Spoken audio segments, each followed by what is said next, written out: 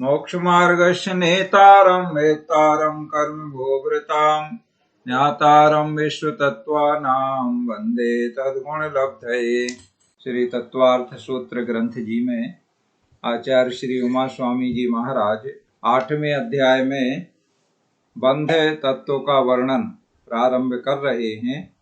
आश्रव तत्व के बारे में हमने अध्याय 6 और अध्याय 7 में विस्तार से समझ लिया है।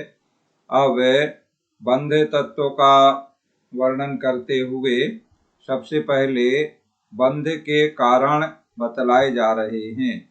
सूत्र नंबर 1 दोहराएंगे। मिथ्या दर्शना विरति प्रमाद कषाय योगा बंध हेतवः। इसमें बंध के जो कारण हैं, जिन चीजों से बंध होता है, कर्मों का बंध यहाँ समझना है। बंध से मतलब तो इन 5 कारणों से होता है। उन 5 कारणों को यहाँ बताया गया है। कौन कौन से 5 कारणों से बंध होता है? देखो, कर्मों का आश्रव माने कर्मों का आना, आने के द्वार को आश्रव कहते हैं। और जो कर्म आते हैं तो योगों के माध्यम से आते हैं और आकर के फिर वह कर्म आत्मा के साथ, जीव के साथ में, आत्मा के प्रदेशों के साथ एक क्षेत्रावगाही संबंध को प्राप्त हो जाते हैं। अर्थात आत्मा के साथ में कर्मों के जो परमाणु हैं वे मिल जाते हैं, तो उसे बंध कहते हैं। तो आना आश्रव कहलाता है और आत्मा के प्रदेशों के साथ मिल जाना बंध कहलाता है। और इसके बाद समय आने पर वही कर्म परमाणु वो कर्म अपना फल देते हैं और फल दे करके आत्मा से पृथक हो जाते हैं। तो पृथक होने को निर्जरा कहते हैं। और आते हुए कर्म का आना रुक जाए तो उसे संवर कहते हैं। और सभी कर्म से रहित हो जाए आत्मा निर्जरा होते हुए तो उसे मोक्ष कहते हैं। इस तरह से ये 7 तत्वों की व्यवस्था है। तो जीव से शुरू होकर के जीव और अजीव के संयोग रूप आश्रव बंध होते हैं, संवर निर्जरा होती हैं। और जीव और पुद्गल यानी शरीर और आत्मा पृथक पृथक हो जाना यानी आत्मा शुद्ध हो जाना तो मोक्ष कहलाता है। तो यहाँ बंध की बात हम कर रहे हैं। बंध के 5 कारणों में पहला कारण है मिथ्या दर्शन, दूसरा अविरति, तीसरा प्रमाद, चौथा है कषाय और 5वां है योग। वही जो 3 योग हैं जिनसे आश्रव होता है। तो आश्रव होना और बंध होना, आश्रव जिनका हुआ उन्हीं का बंध होता है। तो योग को भी यहाँ बंध के कारणों में शामिल किया है। अब एक एक करके हम समझ लेते हैं। पहला है मिथ्या दर्शन। तो मिथ्या दर्शन कहें या मिथ्यात्व कहें, वही बात है, यानी तत्वों का विपरीत श्रद्धान या अतत्व का श्रद्धान या तत्वों का आश्रद्धान, ऐसे मिथ्या दर्शन होता है। और शुरू में बताया गया था कि मिथ्या दर्शन कैसे होता है। एक स्वभाव से भी, जैसे सम्यक दर्शन होता है, नैसर्गिक होता है स्वभाव से, और उसे अग्रहित मिथ्यात्व कहते हैं। जैसे सम्यक दर्शन स्वभाव से होता है, निसर्गज और अधिगमज, ऐसे ही मिथ्या दर्शन भी स्वभाव से जो होता है वो अग्रहित कहलाता है। और ये अग्रहित मिथ्यात्व एक इंद्रिय आदि जीवों के पाया जाता है। और दूसरा जो होता है दूसरे के उपदेश से, जैसे अधिगमज सम्यक दर्शन होता है और उपदेश आदि से, ऐसे ही मिथ्यात्व भी दूसरों के उपदेश आदि से होता है और उपदेश पूर्वक, तो वो गृहीत मिथ्यात्व कहलाता है। और ऐसा जो गृहीत मिथ्यात्व है वो 5 प्रकार का होता है, जिसे हम लोग आलोचना पाठ में पढ़ते हैं। विपरीत अज्ञान विनय के, संशय ज्ञान को नय के, विपरीत एकांत विनय के, संशय ज्ञान को नय के। ये 5 मिथ्यात्व के नाम इसमें बताए गए हैं। तो विपरीत एकांत, संशय और वैनयिक और अज्ञान, ऐसे इन 5 के माध्यम से जो मिथ्या श्रद्धान होता है तो वह मिथ्यात्व, जैसे एकांत मिथ्यात्व है तो एक धर्म रूपी किसी वस्तु को मानना, वस्तु में अनेक धर्म होते हैं या अनेक गुण होते हैं, तो उन अनेक गुणों अनेक धर्मों को ना मानते हुए एक धर्म रूपी मानना तो एकांत मिथ्यात्व है। जैसे वस्तु सत्य ही है या असत्य ही है, कोई कहता नित्य है कोई कहता अनित्य है, ऐसे मानना एकांत मिथ्यात्व। दूसरा है विपरीत, जैसे हिंसा में कोई धर्म माने तो ये विपरीत माने उल्टी मान्यता हो गई। हिंसा में धर्म होता नहीं है लेकिन कोई माने हिंसा में धर्म, कई लोग मानते हैं, बलि वगैरह चढ़ाते हैं और उसको धर्म मानते हैं, तो ये विपरीत मिथ्यात्व हो गया। इसके बाद है संशय। तो संशय में क्या होता है कि निश्चित नहीं कर पाते, दुविधा की स्थिति रहती है, मतलब ऐसा है या नहीं है, ऐसा है या ऐसा है, इस तरह का संशय जो बना रहता है। तो संसार के अन्य कामों में ऐसा संशय बना रहे उससे कोई अंतर नहीं पड़ता है। जैसे कोई कहे कि ये सीप है या मोती है या चांदी है, तो सीप हो सो कोई बात नहीं और मोती हो चांदी हो सो कोई बात नहीं, लेकिन मोक्ष मार्ग में अगर ऐसा संशय है तो उसे यहाँ मिथ्यात्व मानेंगे। ये यहाँ विशेष ध्यान देने की बात है। और रत्नत्रय मोक्ष का मार्ग है या नहीं, ऐसा कोई संशय करे तो संशय मिथ्यात्व होगा। फिर है वैनयिक मिथ्यात्व, मतलब विनय से संबंध है इसका। तो जैसे सच्चे देवता की विनय करना चाहिए, करते हैं, तो जैसे सच्चे देवता की विनय करते हैं, कई लोग ऐसा कहते हैं कि हम तो सभी देवता बराबर हैं, सबके आगे हाथ जोड़ लेते हैं, तो ऐसा करने वाले वो वैनयिक मिथ्यात्व, मिथ्या दृष्टि कहलाते हैं।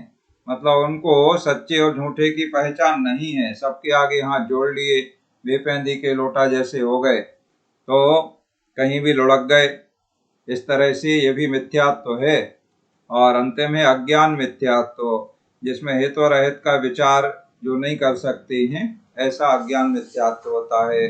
तो ये मिथ्यात्व ही सबसे बड़ा कर्म के बंद कराने वाला या सबसे जो कठोर कर्म है या पाप कर्म है, जिनसे संसार में अनेक कष्ट जीव उठाते हैं, ऐसे कर्मों का बंध मिथ्यात्व के द्वारा ही होता है, मिथ्या दृष्टि जीवों को होता है।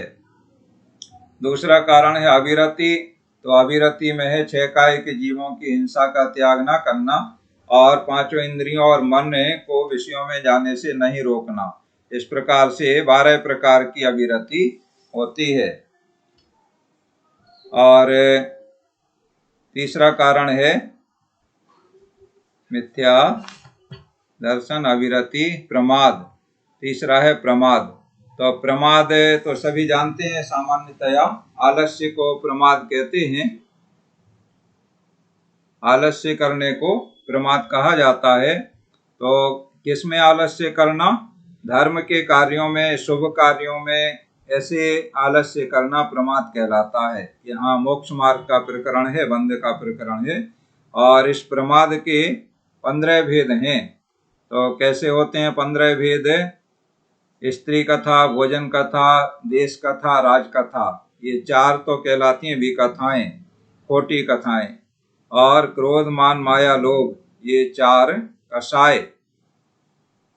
और 5 इंद्रियां, 5 इंद्रियां सभी जानते हैं, स्पर्शन, रसना, घ्राण, चक्षु और कर्ण। तो इस तरह से ये 4 विकथा, 4 कषाय, 5 इंद्रियां, मतलब इंद्रियों पर विजय नहीं करना, इंद्रियों के अधीन होना, ऐसे। और निद्रा और स्नेह, इस तरह से ये 15 भेद हो जाते हैं प्रमाद के। और कषाय जैसे इसमें 4 लिए हैं, कषाय के विस्तार से भेद करें तो 16 कषाय हो जाती हैं, और 9 कषाय भी उसमें अगर शामिल कर दें तो कुल 25 कषाय हो जाती हैं। तो भेद संख्या और बढ़ जाएगी। इसके बाद योग की बात करें तो मनोयोग, वचन योग और काय योग, ये मूल में 3 भेद हैं। और इनके प्रभेद करें, विस्तार करें तो मनोयोग 4 प्रकार का है, वचन योग भी 4 प्रकार का है और काय योग 7 प्रकार का होता है। इस तरह से 4 4 8 और 7 15 ये योग के 15 भेद हो जाते हैं। इस तरह से ये सब मिलकर के भी ये पांचों कारण और इनके जो प्रभेद हैं ये सब मिलकर के भी बंध के कारण हैं और अलग अलग भी बंध के कारण हैं। मतलब किसी को पांचों कारणों से बंध होता है, किसी को 4 से होता है, किसी को 3 से होता है, किसी को 2 से होता है, किसी को 1 से भी होता है। इस तरह से संसार में हर प्रकार के जीव हैं। गुणस्थानों की अपेक्षा से बात करें तो पहले गुणस्थान में अर्थात मिथ्यात्व है पहला, तो इसमें जो कर्मों का बंध होता है इसमें पांचों कारण रहते हैं। मिथ्यात्व तो मुख्य है ही मिथ्या दृष्टि गुणस्थान में, पहले गुणस्थान में। इसके अलावा मिथ्यात्व के अलावा अविरति भी है, प्रमाद भी है, कसाय भी है और योग भी है। मतलब मिथ्या दृष्टि जीव के ये पांचों कारण विद्यमान हैं। इन पांचों कारणों से कर्मों का बंध मिथ्या दृष्टि जीव करते हैं। आगे के गुणस्थानों की बात करें तो दूसरा सासादन, तीसरा मिश्र और चौथा अविरत सम्यक दृष्टि। ये अविरत सम्यक दृष्टि तक अर्थात दूसरे, तीसरे और चौथे गुणस्थान में मिथ्यात्व तो नहीं रहता है। देखो मिथ्यात्व तो पहले गुणस्थान में ही रहता है, दूसरे में नहीं, तीसरे में नहीं, चौथे में नहीं, ऊपर के किसी भी गुणस्थान में नहीं है। लेकिन ये दूसरे, तीसरे और चौथे की बात क्यों कर रहे हैं? क्योंकि इनमें अविरति रहता है। चौथे गुणस्थान से ऊपर और बढ़ेंगे 5वें, 6वें आदि में तो वहां पर अविरति नहीं रहेगा। तो दूसरे, तीसरे और चौथे गुणस्थान में मिथ्यात्व तो नहीं रहता है, इसलिए मिथ्यात्व से संबंधित जो कर्म आते हैं बंध होता है उनका बंध नहीं है।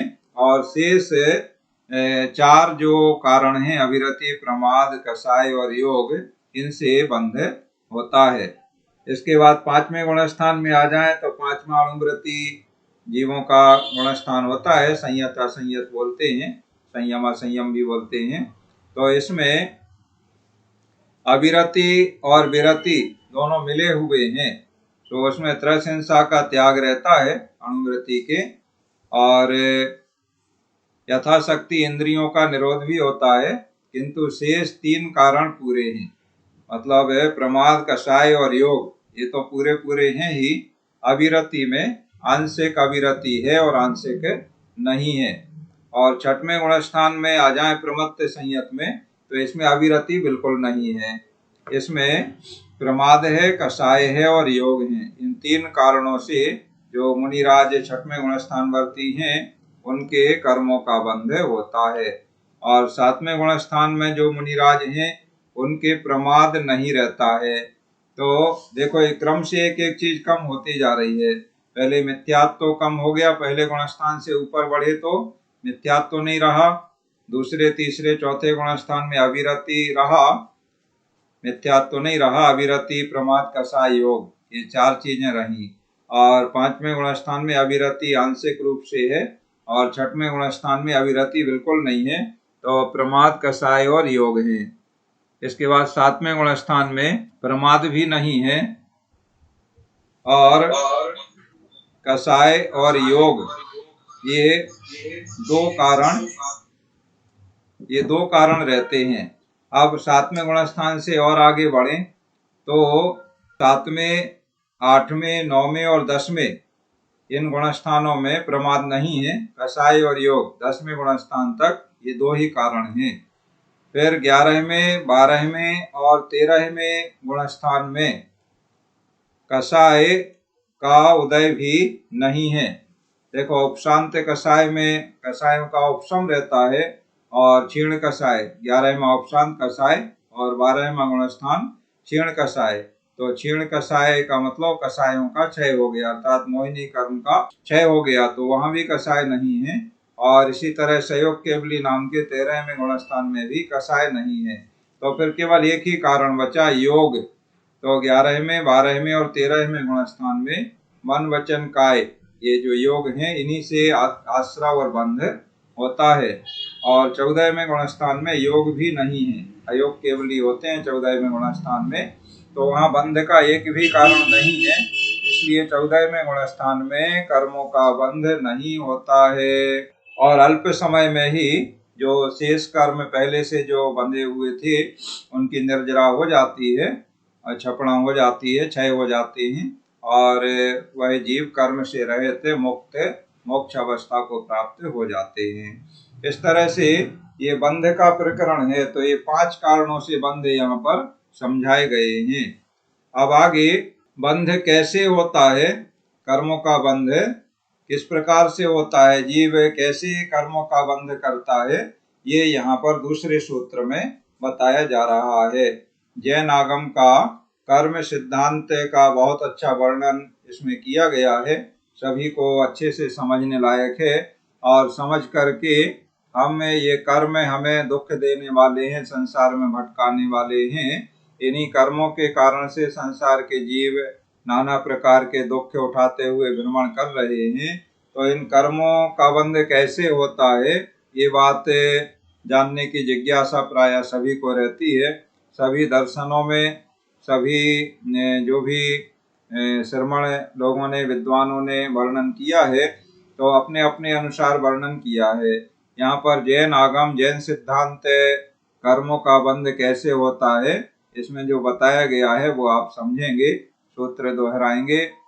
सकसायत्वात् जीवा, सकसायत्वात् जीवन, कर्मणो योग्यान, कर्मणो योग्यान, पुद्गला नादत्ते, पुद्गला नादत्ते, सबंधय, सबंधय। अर्थात कसाय सहित होने से बंध कैसे होता है। सकसायत्वात् जीवा, अर्थात जीव कसाय सहित होते हैं।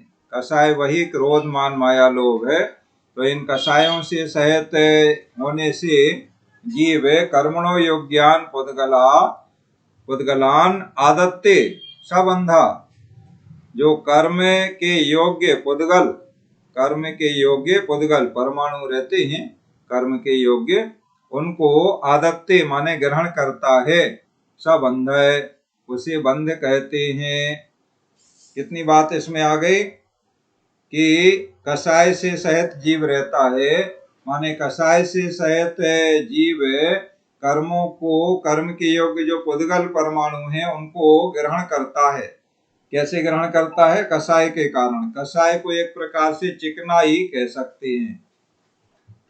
जैसे चिकनाई रहती है, चुंबक वगैरह रहती है, तो चुंबक लोहे कणों को आकर्षित करती है या अन्य पदार्थों को आकर्षित करती है, अपनी ओर खींचती है।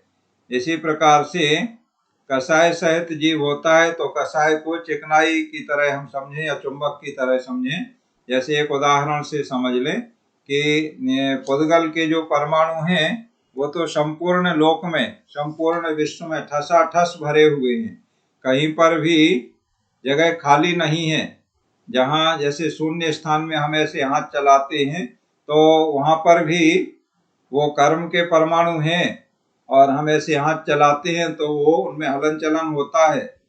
सर्वत्र जैसे सभी द्रव्य, सभी 6 द्रव्य संपूर्ण 3 लोक में हर जगह व्याप्त हैं, तो जीव भी हैं, पुद्गल भी हैं, धर्म द्रव्य अधर्म द्रव्य तो है ही, और आकाश तो ये शून्य सारा स्थान आकाश ही है, आकाश में सारे द्रव्य रहते हैं, और काल द्रव्य के कालाणु भी तीनों लोक में अवस्थित हैं, तो सर्वत्र सभी द्रव्य हैं। तो वैसे ही पुद्गल के जो परमाणु हैं वे भी सर्वत्र हैं, भरे हुए हैं, ठसाठस भरे हुए हैं, कहीं पर खाली स्थान नहीं है। अब आप कहेंगे कि यहाँ तो हमें दिखता कुछ नहीं है, तो वो इतने सूक्ष्म है कि वो हमें आंखों से दिखाई नहीं देते हैं, और अति सूक्ष्म होने के कारण से ना वो हमें रोकते हैं और ना हमसे रुकते हैं। हमारे शरीर में से भी आर पार ऐसे निकल जाते हैं, इतने सूक्ष्म हैं, दीवार में से भी आर पार निकल जाते हैं। जैसे जीव जब जैसे हम मरण कहते हैं, जन्म होता है या मरण होता है, तो जीवात्मा मरण हुआ यहाँ से तो अन्यत्र जाता है, और जिसका जन्म होना है जहाँ पर, तो अन्यत्र से एक जीव वहाँ पर आता है, तो वो जाने वाला जाता है और आने वाला आता है, तो वो आने जाने की जो क्रिया है उसमें उस जीव के साथ में अपने पूर्व के शरीर भी आत्मा के साथ में रहते हैं।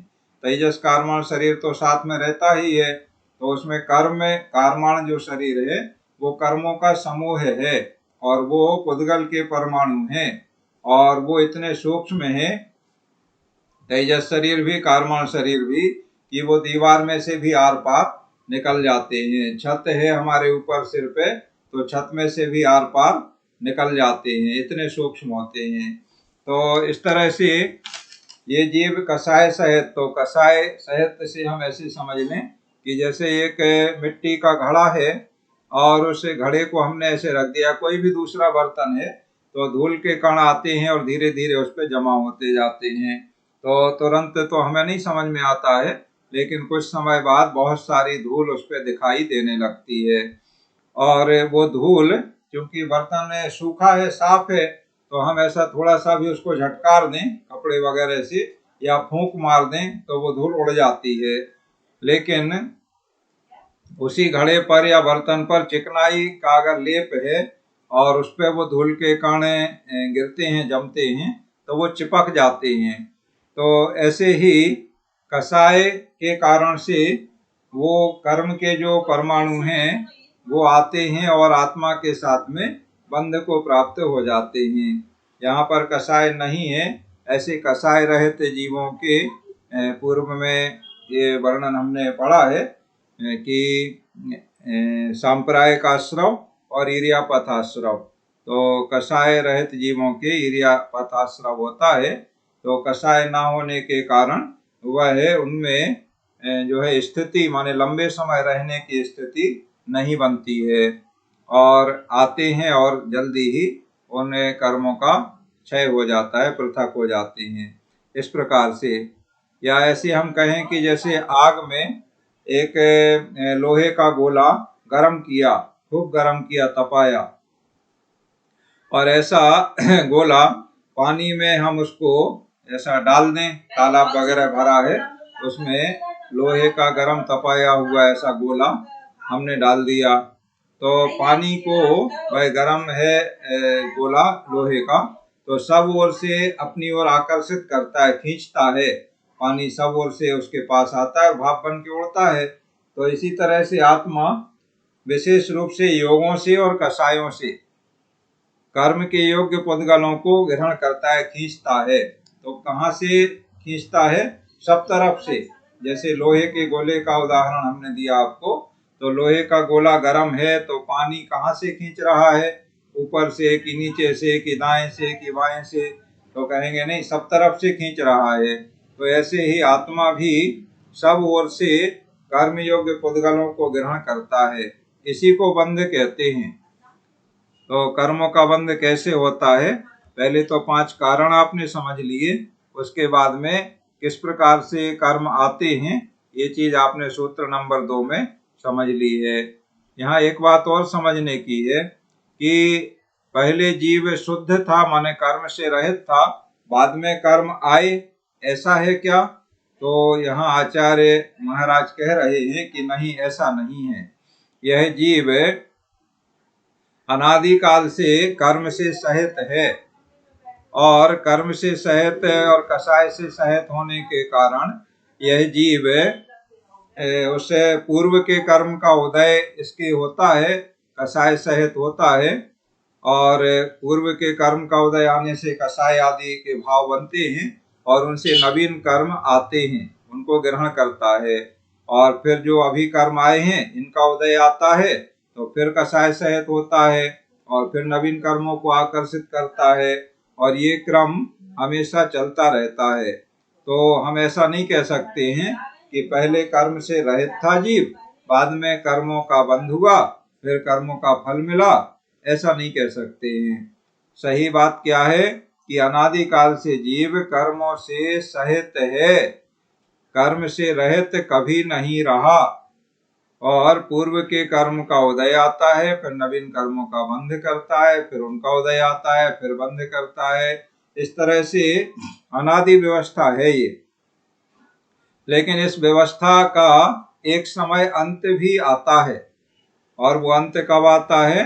वही जब समस्त कर्मों से जीव रहित होता है तो कर्म से रहित होकर के मुक्त हो जाता है। और एक बार जो कर्म रहित हो गया, मुक्त हो गया, फिर वो कभी भी कर्म बंध से सहित नहीं होगा, हमेशा हमेशा के लिए कर्म से रहित हो जाएगा और सिद्धालय में लोक के अग्रभाग में अनंत सुख का भोग करता हुआ, अनंत ज्ञान अनंत दर्शन रूप अपने अंदर शक्ति को समाहित करता हुआ, अनंत शक्ति से सहित होता हुआ अनंत अनंत काल के लिए स्थिर हो जाता है। इस प्रकार ये बंध की व्यवस्था बताई गई है। अब आगे इस बंध के 4 भेद होते हैं। जो कर्मों का बंध हुआ, 5 कारणों से कर्म आए, आत्मा के साथ बंध हुआ, तो ये जो बंध है ये 4 प्रकार का होता है। कौन कौन से 4 प्रकार होते हैं इसके बारे में आगे वर्णन चलेगा और फिर अलग अलग उन 4 प्रकार के जो बंध हैं उनके बारे में विस्तार से बताया जाएगा। अभी आज के लिए क्लास यहीं पूर्ण होती है। आप अपनी प्रश्न जिज्ञासा आदि का समाधान कर लें और कल का पाठ सुना दें।